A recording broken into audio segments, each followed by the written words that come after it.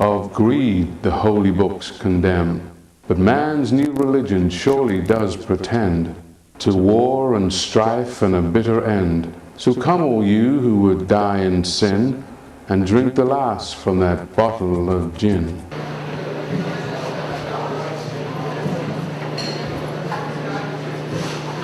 Actually, none of us are John Densmore, but we're hoping we'll get him up here later in the year.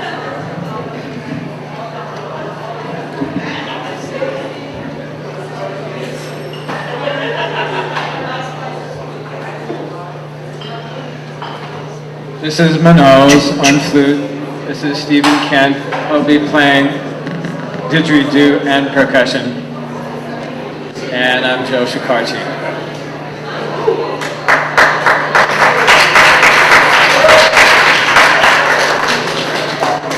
Thank you. We're going to be doing poems and music inspired by travels throughout the entire world. Stephen's from England and Manose is from Nepal. I met him in Kathmandu about 5 years ago, and here we are together in Oakland. Small world. We're going to start off with a poem that I wrote in Indonesia, where Bob Marley is the #1 hero. And so it's called Indonesian Dread Singing Bob Marley.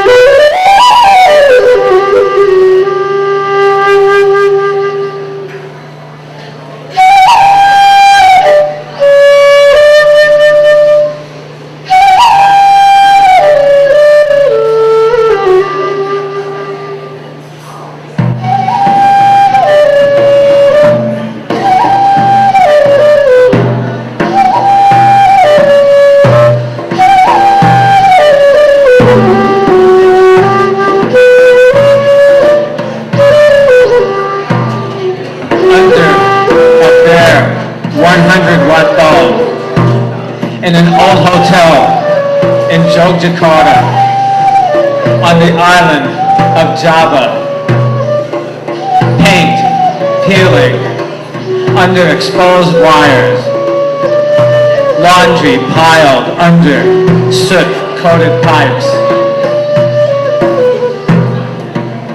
Filtered through cigarette smoke and beer glasses to the sound of one guitar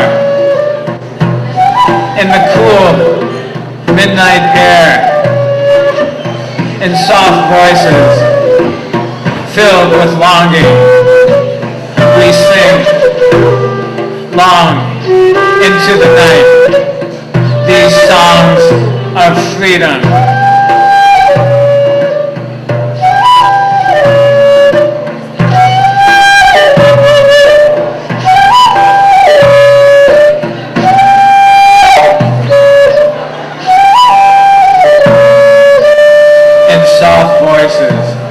Filled with longing, we sing long into the night these songs of freedom.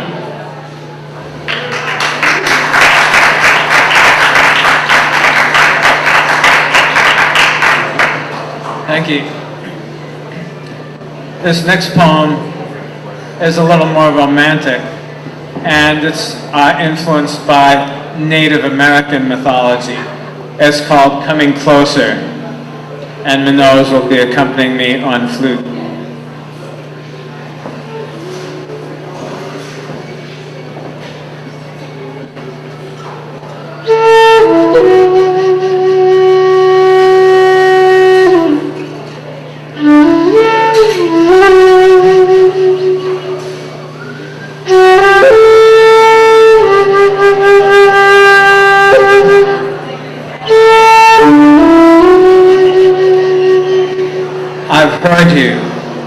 In a blackbird song, in the dark of night, in the whispering wind.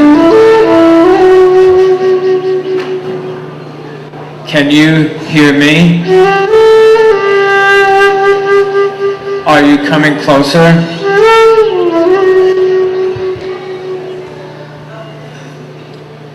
I've seen you running with the deer, swimming with the salmon, sleeping with the bear, and the rush of the river. Can you see me? Are you coming closer?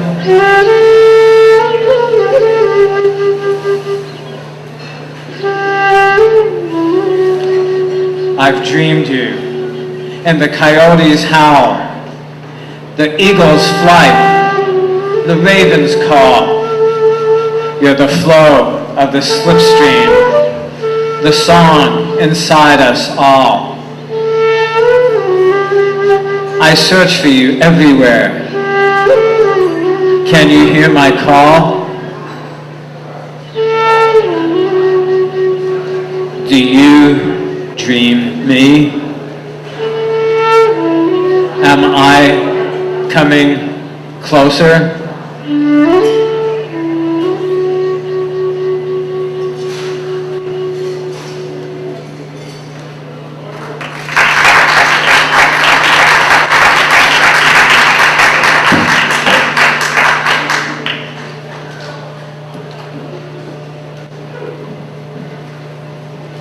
This next one is that?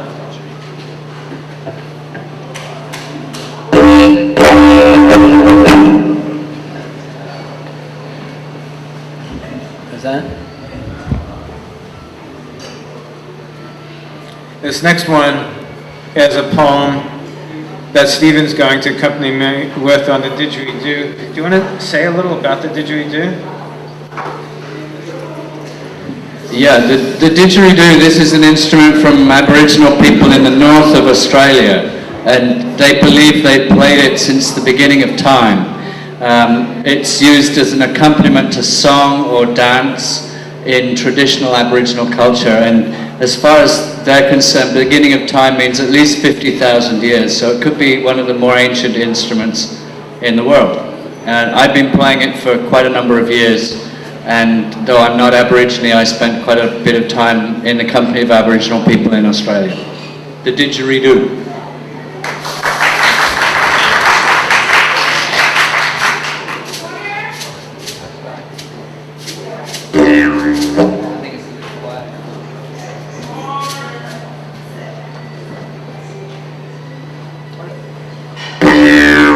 Sounds good.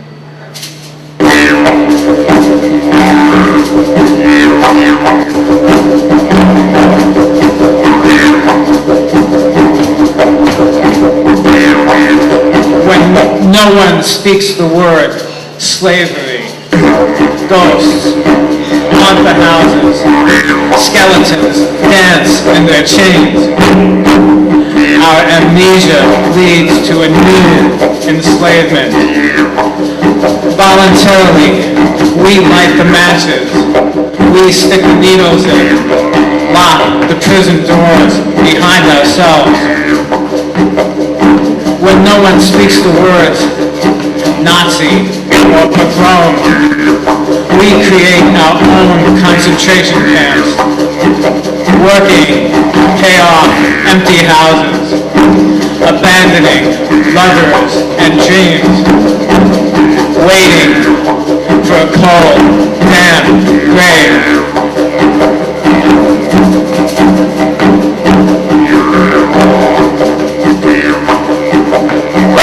Trapped in a cubicle, 8 hours a day, unable to see my fellow prisoners.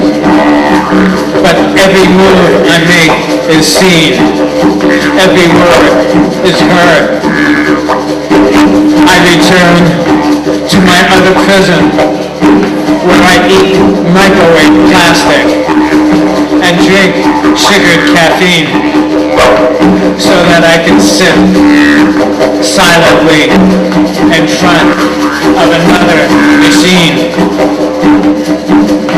And if someone sits beside me, she is also mute, also still. this is how I spend my days. A free man living in the land of the free.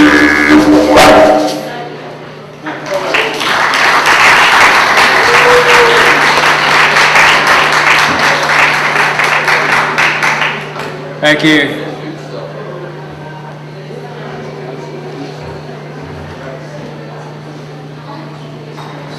Pleasure to be here. It's so wonderful. I would just like to give a little introduction about this instrument. You see, it's on the left-hand side. You can see it's a large one and a small one. Which one do you prefer? Big one. Yeah, yeah. So what I'm going to do is I'm going to play some mellow song, and I'll try to play both. But I'll play the large one longer, okay? Thank you.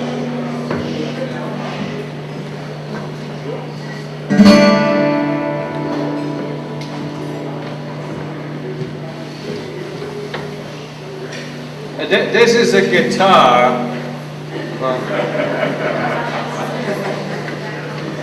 Commonly used in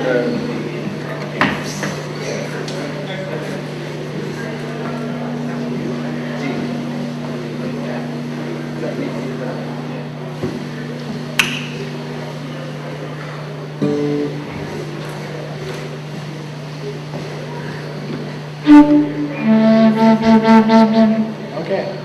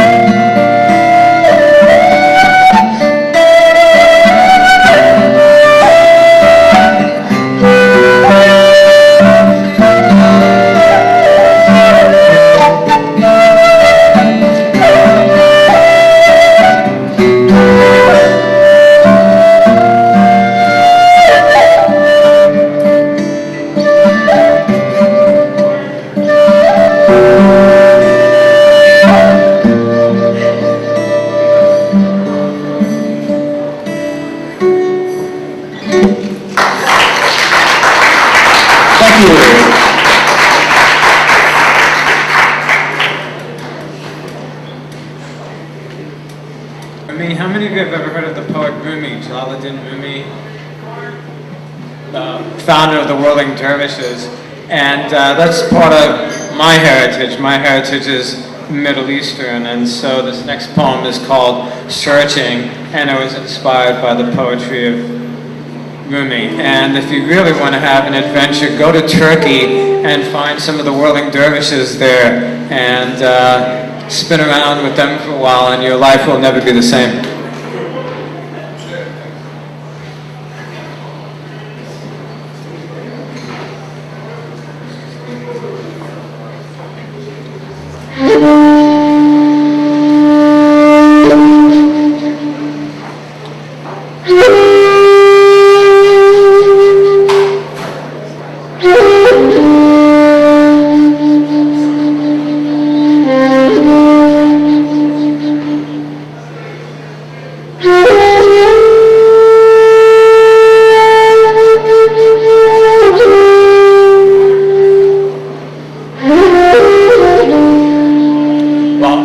Searching for the Holy One, I came searching for you. You took me in and fed me. You accept me the way I am. To you, all my faults are a grain of sand being washed by the Ganges. To you, all my pain is a drop of water floating on the Pacific. What I offer you in return is my heart. And all I ask of you is the thorn that's been buried in your flesh.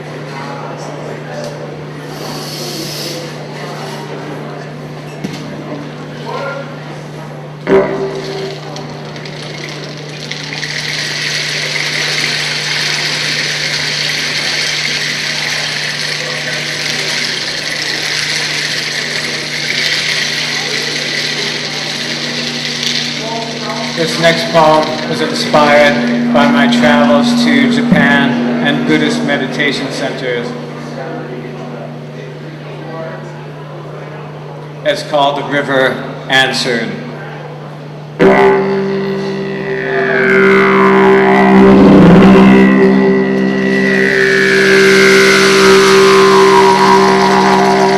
I said to the river, my life is not the same. The river said, nothing stays the same. The rocks and boulders changed their shape as my waters passed over them. I said to the river, I am afraid of losing my life. The river answered, my life is constant loss. I flow downstream into a riverbed, into a lake, into the great ocean. Always my waters disappear on their way past. Sometimes I am in sorrow, I said to the river. Sometimes I am in bliss. The river replied, my waters keep flowing. Over one bend, there is sunshine. In another, there is shade. A rushing downstream over rocks, and then a tranquil pool. I am lonely, I said to the river.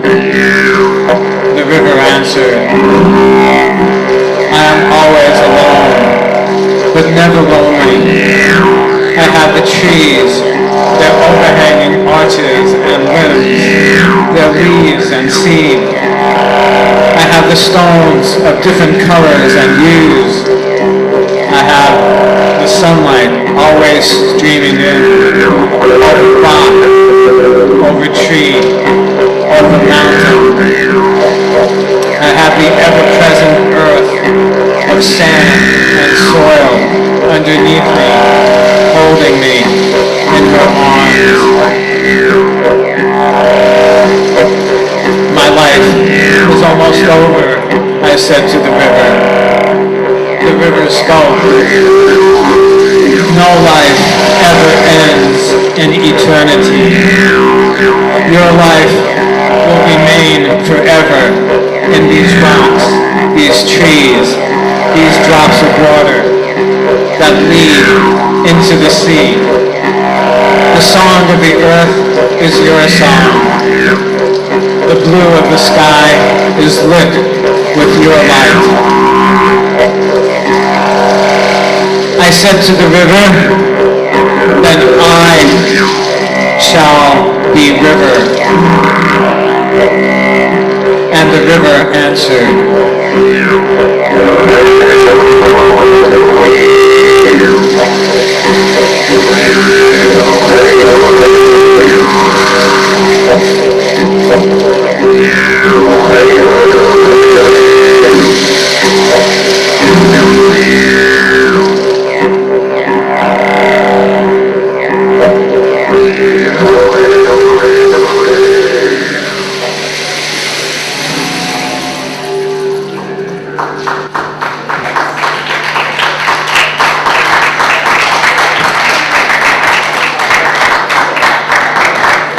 Thank you. We're going to end with one last poem that combines all three of us. It's called The Mountaintop.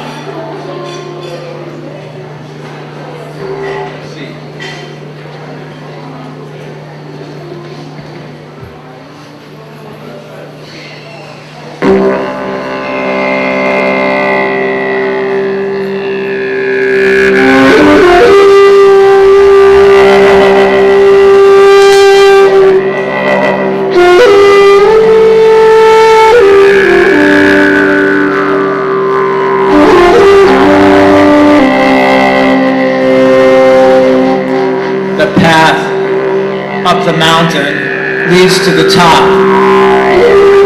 Where do you go from there? In the wilderness, every step takes you further into wilderness. From grassy hills to tall, dark pines, surging brooks, thick brush, jagged cliff, green clearing, wild red flowers, cold, rough moss. As you go further, you approach the center of limitless, untamed earth and animal. Fawns running, buzzards circling, mosquitoes humming, crows calling. What path can take you to that center? This way is pathless. This journey is endless. When you reach the source, you will find yourself lost and found. You are at the top of the mountain now. Go ahead. Take the next step.